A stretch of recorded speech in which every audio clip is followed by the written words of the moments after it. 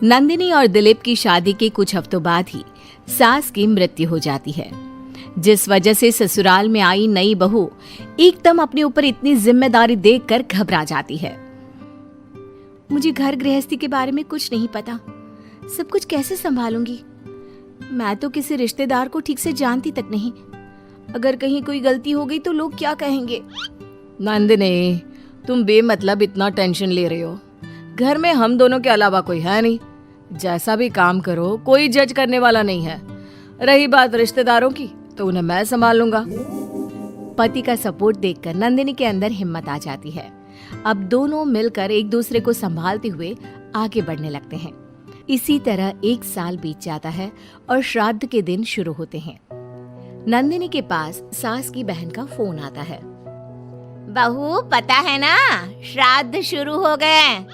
जी मौसी जी, मुझे पता है। तो फिर सास का पहला श्राद्ध कब करोगे? पंडित जी से बात की? कोई तैयारी की? मौसी जी, मैं कल ना पंडित जी के पास चली जाऊंगी। ठीक है, बात करके सब अच्छे से तैयारी करना। हाँ, किसी भी रीति रिवाज में कमी नहीं रहनी चाहिए। नंदिनी मौसी सास की बात पर तो हाँ बोलकर फोन काट देती है, लेकिन फिर रीति रिवाज और श्राद्ध के बारे में कुछ पता ना होने की वजह से दोबारा टेंशन में आ जाती है। शाम को दिलीप के घर वापस आते ही उस पर अपने सवालों की बारिश शुरू कर देती है।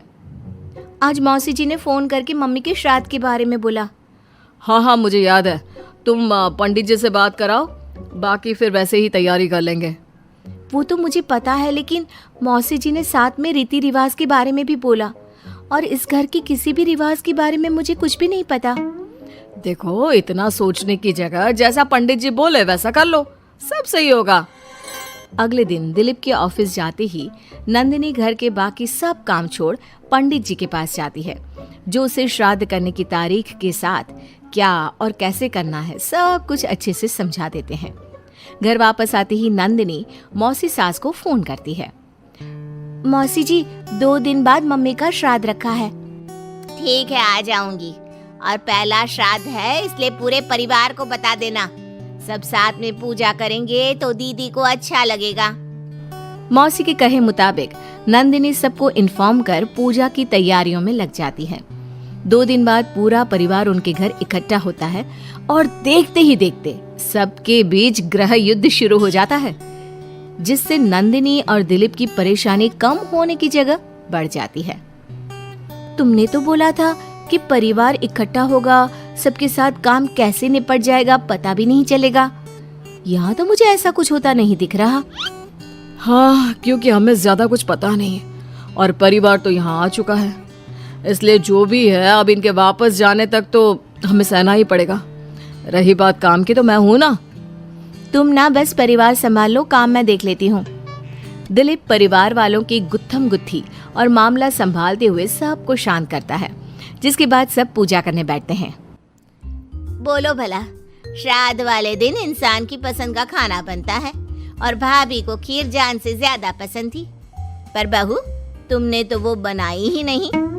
वो एक्चुअली मुझे खीर बनानी नहीं आती, कुछ खराब हो जाता तो बहुत नुकसान होता, इसलिए नहीं बनाई, लेकिन बाजार से मंगवाई है, कुछ देर में आ जाएगी। ऐसी तो आजकल की लड़कियां हैं जिन्हें सास की खुशी से ज्यादा नुकसान की चिंता है, जो खीर तक बाजार से मंगवाती है।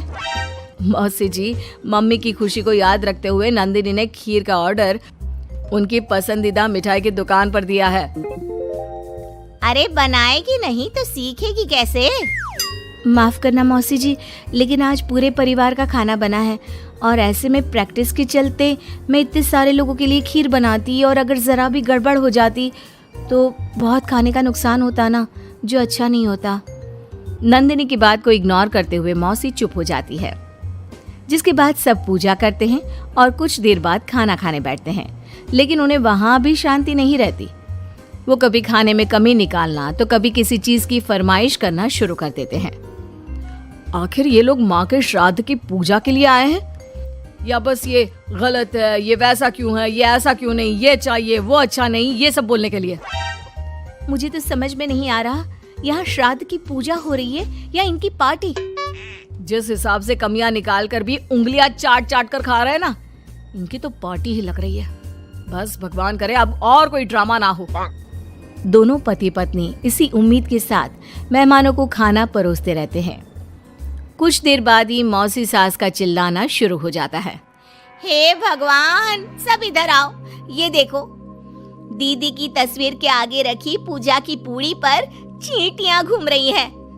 बहू, तूने दीदी की मनपसंद खीर पूजा में नहीं रखी ना, इसीलिए नाराज हो गई हमारी दीदी। मौसी, आप सबके मन में इस तरह के अंधविश्वास मत भरो। अरे उन्होंने कुछ गलत नहीं बोला। पहले तेरी पत्नी ने घर आते ही हमारी भाभी को ऊपर पहुंचा दिया और अब उनकी आत्मा को भी शांति से नहीं रहने दे रही। इसी के साथ एक एक कर घर में सब अपनी राय देने लगते हैं, जो कुछ ही देर में एक बड़े मुद्दे का रूप ले लेता है, जिसमें सबकी बात और इल्जाम घूम फिर कर नंदिनी या दिलीप पर ही आते हैं। बस करो, आखिर आप लोग हमसे चाहते क्या हो? खुद तो एक दिन भी लड़ाई किए या किसी पर इल्जाम लगाए बिना रह नहीं सकते, तो फिर किस हक से दूसरों को बुरा बोल रहे हो? वो बेचारी जिस दिन से इस घर में आई है सबको खुश करने की कोशिश करती रहती है, लेकिन आप सब उसे टारगेट करने के अलावा कुछ नहीं करते। मौसी जी, आप इतने विश्वास के साथ कैसे कह सकती हैं कि मम्मी नंदिनी से ही गुस्सा है?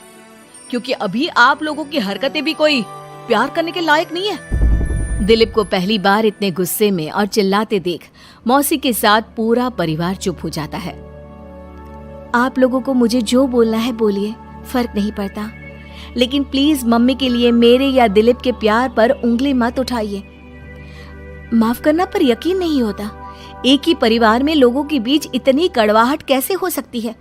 सब एक दूसरे को नीचा दिखाने का मौका ढूंढते रहते हैं, सबको दूसरों में कमियां निकालनी है। क्यों? रही बात चींटियों की, तो बस वो तो पूड़ी पर रखी चीनी ले जा रही हैं। आखिर उन्हें भी तो अपने खाने का इंतजाम करना है। नंदिनी और दिलीप की बातें सुन परिवार में सन्नाटा छा जाता है। सबको अपनी गलती का एहसास होता है, लेकिन गलती ना मानने का गुरूर उन्हें आगे कुछ भी बोलने से रोकता है, जिसके चलते धीरे धीरे सब चुपचाप उठकर अपने घर जाने लगते हैं। अरे सारे कहाँ उठकर चल दिए? बेशर्मो, अब भी तुम्हारे अंदर इतनी शर्म नहीं आई कि एक सॉरी बोल दो? हमने बहू को न जाने कितना परेशान किया, फिर भी उसने पलट कर किसी को कुछ नहीं बोला। नंदिनी, हमें माफ करना। इस साल तो हमारी वजह से सब खराब हो गया, पर वादा करती हूँ अगले साल सब इस परिवार का नया रूप देखेंगे। फिर मैं भी वादा करती हूँ कि अगले साल सबको अपने हाथ की बनाई बढ़िया खीर खिलाऊंगी।